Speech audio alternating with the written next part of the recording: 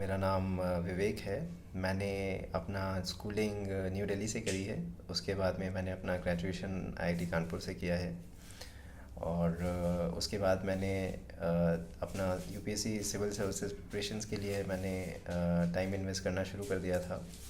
So after during the course of my UPSC preparations 4-5 साल के बाद जब मुझे उसमें सफलता नहीं मिल रही थी, तो उसके बाद में मैं काफ़ी निराश हो गया था।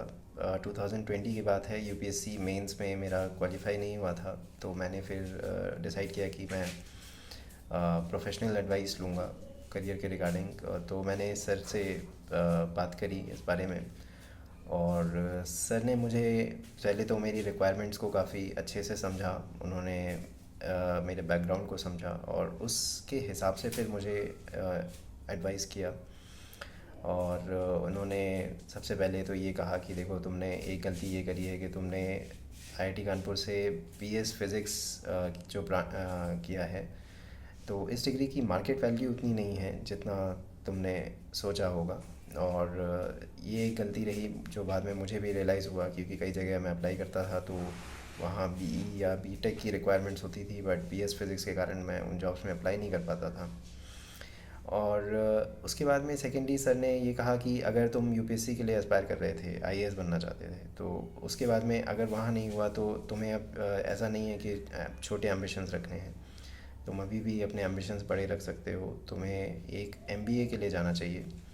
और अगर तुम कैट देने के बाद तुम्हें टॉप 20 कॉलेजेस में एमबीए की डिग्री मिल जाती है, तो वो एक अच्छा चीज़ रहेगी। और जहाँ तक 4-5 साल के गैप की बात है, तो उस पे भी सर ने यही सजेस्ट किया कि you should take some certifications जिनकी मार्केट वैल्यू है, जैसे कि डिजिटल मार्केटिंग, डेटा एनालिटिक्स वगैरह। तो उसके बाद में मुझे एक होप जागी और मैंने उस दिशा में सर की एडवाइस को काफ़ी सिंसियरली फॉलो अप करना शुरू किया। और फिर कैट के लिए प्रिपेयर करके फिर मैंने दिया, तो कैट में मेरे अच्छे परसेंटाइल आए। और उसके बाद में मैंने फिर आईएम से वगैरह से मेरे को कॉल आया। फिर मैंने आफ्टर दैट अभी प्रेजेंटली मेरे 5 आईएम्स कन्वर्टेड हैं। और इसका मैं सबसे बड़ा श्रेय सर को दूंगा, क्योंकि उनकी एडवाइस अगर मैंने ना ली होती तो शायद मैं इस डायरेक्शन में ना आता। और मैं किसी भी स्टूडेंट को यही सजेस्ट करूंगा कि अगर आप करियर से रिलेटेड कोई भी डाउट है आपको, या कहीं आप फंस रहे हैं, तो rather than listening to some unknown कोई अंकल या आंटी की बातें सुनने से अच्छा है जिनको शायद कम नॉलेज हो, आप एक प्रोफेशनल गाइडेंस लीजिए, प्रोफेशनल एडवाइस लीजिए, जैसे कि विवेक सर ने मुझे दिया था। और मैं काफ़ी थैंकफुल हूँ सर को। और मैं सभी स्टूडेंट्स को यही सजेस्ट करूँगा कि आप कभी भी किसी भी समय पे आप प्रोफेशनल एडवाइस ही लें। और साथ में प्रोफेशनल एडवाइस का एक ये फ़ायदा भी रहता है कि आपको करियर से रिलेटेड आपको एक हॉलिस्टिक पर्सपेक्टिव मिल जाता है। आपको एक 360 डिग्री पर्सपेक्टिव की ज़रूरत होती है करियर से रिलेटेड। हमें कई बार कंप्लीट नॉलेज नहीं होती है कि इस फील्ड में क्या स्कोप है, इस फील्ड की क्या मार्केट वैल्यू है, इस डिग्री की क्या मार्केट वैल्यू है।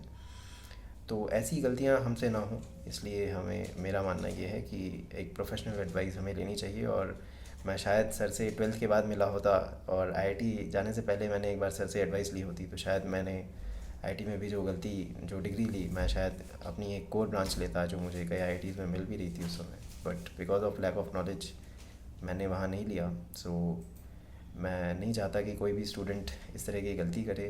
तो it would be my firm advice कि आप विवेक सर से ज़रूर एडवाइस लें, या कोई भी प्रोफेशनल काउंसलर जो आपको अच्छे लगें, जिनकी आपको एडवाइस अच्छी लगे। You should take advice from them.